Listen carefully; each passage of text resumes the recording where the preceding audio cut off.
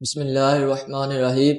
قیام پاکستان مسلمانان برصغیر کے لیے بہت بڑی نعمت اور لازوال انعام ہے۔ یہ ملک عزیز جب 14 اگست کو جب بیماری سے وجود میں آیا تو وہ قدر کی مبارک رات کی جس کو ہم لیلۃ القدر کہتے ہیں۔ 15 اگست 1947 کو 27ویں رمضان اور تو جمعۃ الوداع کا دن تھا۔ گویا کہ ساری نیک ساتیں اسی روز یکجا ہو گئی کہ لیلۃ القدر وہ رات کہ جس کے بارے میں اللہ تبارک و تعالیٰ نے فرمایا لیلۃ القدر خیر من الف شہر، کہ یہ رات 1000 مہینوں سے بہتر ہے۔ اور جمعے کے دن کے بارے میں پیارے آقا صلی اللہ تعالیٰ علیہ وسلم نے ارشاد فرمایا سید الایام، کہ یہ دن یعنی جمعے کا دن تمام دنوں کا سردار۔ جب ملک پاکستان وجود میں آیا وہ دن یہی دن تھا کہ جس روز جمعے کا دن بھی تھا، جس روز 27ویں رمضان بھی تھی، یعنی لیلۃ القدر کا دن بھی تھا۔ اور آپ نے سورۃ قدر میں پڑھا ہوگا، کہیں نہ کہیں سنا ہوگا، اس لیلۃ القدر کی رات، اس کے وقت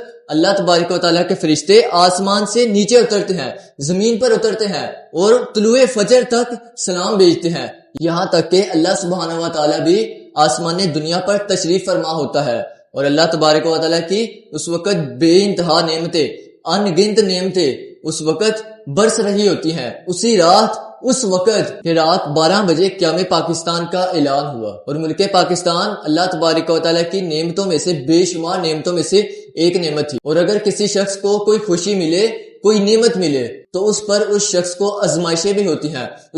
اس کو تکالیف کا سامنا بھی کرنا پڑتا ہے، اور اس کے ساتھ آزمائش بھی ہوتی ہے۔ اگر اللہ تبارک و تعالیٰ کے اس نعمت کے تقاضے پورے نہ کیے جائے تو پھر انسان کو سزا ملتی ہے، اس کے عمل برباد ہوتے ہیں، اس کو عذابات ملتے ہیں۔ آپ دیکھیں، قرآن پاک میں ہی دیکھیں کہ بنی اسرائیل کو جب اللہ تبارک و تعالیٰ نے بے انتہا نعمتیں دی، یہاں تک کہ ان کو من و سلوہ عطا فرمایا، لیکن انہوں نے اس کا حق ادا نہ کیا، تو جب ان قوموں نے ان نعمتوں کے تقاضے کو پورا نہ کیا پھر ان کو سزا بھی ملی۔ آج کے دور میں اگر کوئی شخص کہتا ہے کہ مجھے فلاں تکلیف ہے، مجھے بہت بڑی ٹینشن ہے، ایسے ہے، فلاں جگہ عذاب آتا ہے، یہ ہوتا ہے، تو انہیں دیکھنا چاہیے کہ یہ اللہ تبارک و تعالیٰ کی نعمتوں پر کیا اس نعمت کا حق ادا کر رہا ہے، جیسے بنی اسرائیل نے، کہ انہوں نے اللہ کی دی ہوئی نعمت کا